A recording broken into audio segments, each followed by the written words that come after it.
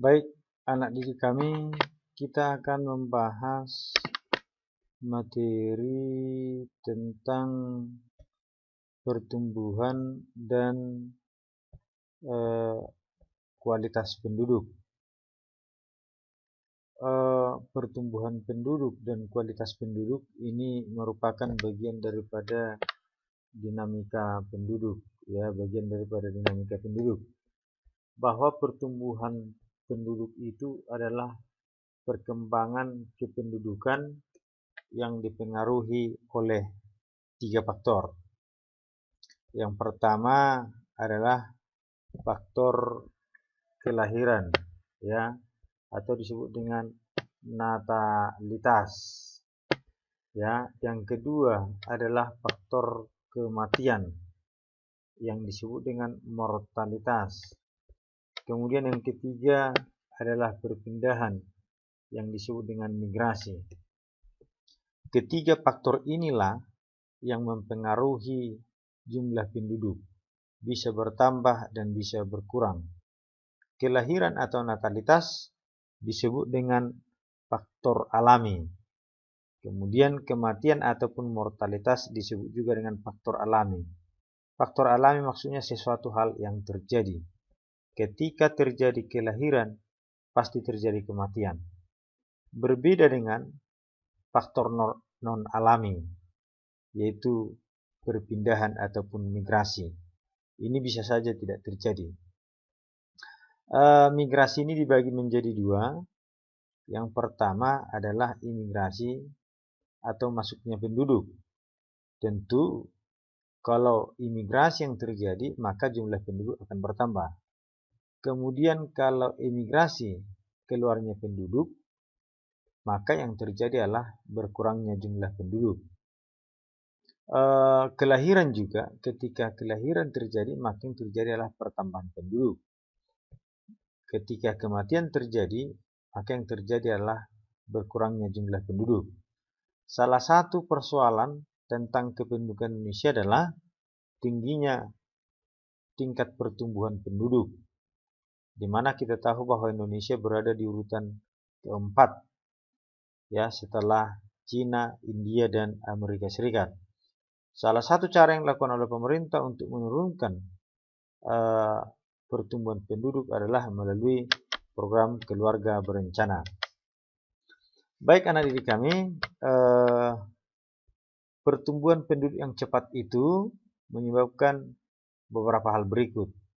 Pertama adalah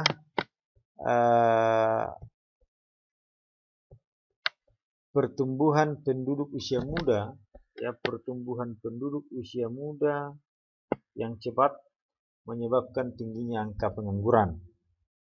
Yang kedua, persebaran penduduk yang tidak merata. Baik, kita kembali ke yang A, pertumbuhan penduduk usia muda yang cepat menyebabkan tingginya angka pengangguran. Kenapa bisa begitu? Ini berhubungan dengan kualitas ataupun mutu. Jumlah penduduk yang besar ini sesungguhnya adalah menjadi potensi atau menjadi penggerak pembangunan di satu sisi. Tapi di sisi lain bisa menjadi beban ataupun pengganggu pembangunan. Jadi jumlah penduduk yang besar ini ibaratkan pisau bermata dua. Bisa positif ketika dia berkualitas dan menjadi penggerak pembangunan, dan bisa negatif ketika jumlah penduduk yang besar itu kurang berkualitas, sehingga penghambat pembangunan, angka pengangguran akan tinggi. Kemudian persebaran penduduk yang tidak merata, ya. Kenapa tidak merata?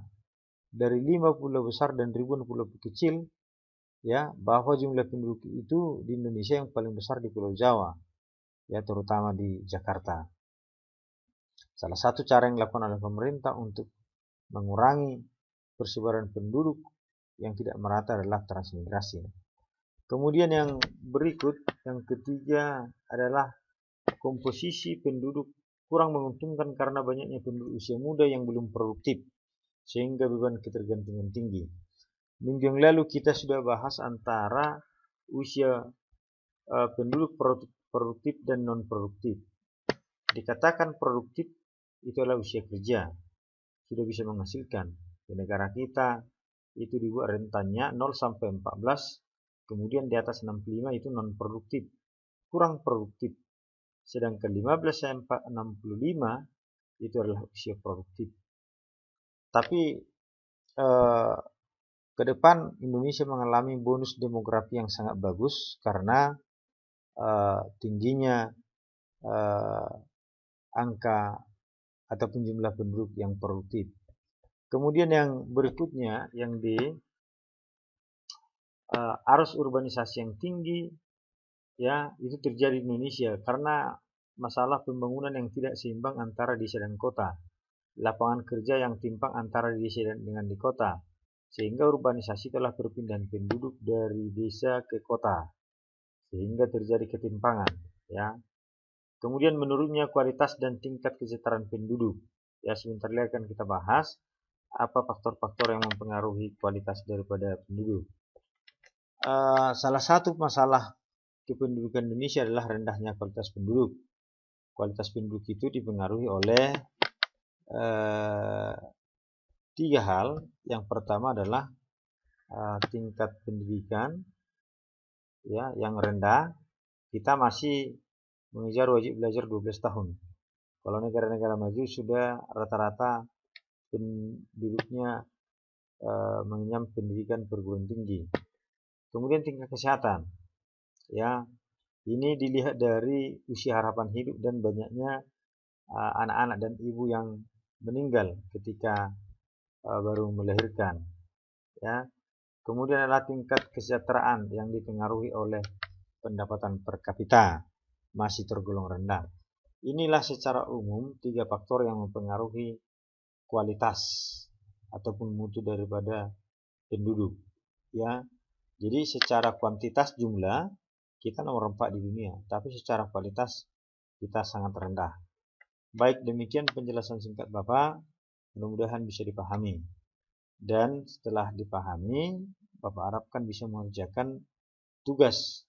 Yaitu di sini Bapak jelaskan upaya-upaya yang dapat dilakukan oleh pemerintah untuk meningkatkan kualitas penduduk dalam bidang pendidikan, kemudian kesejahteraan dan tingkat kesehatan.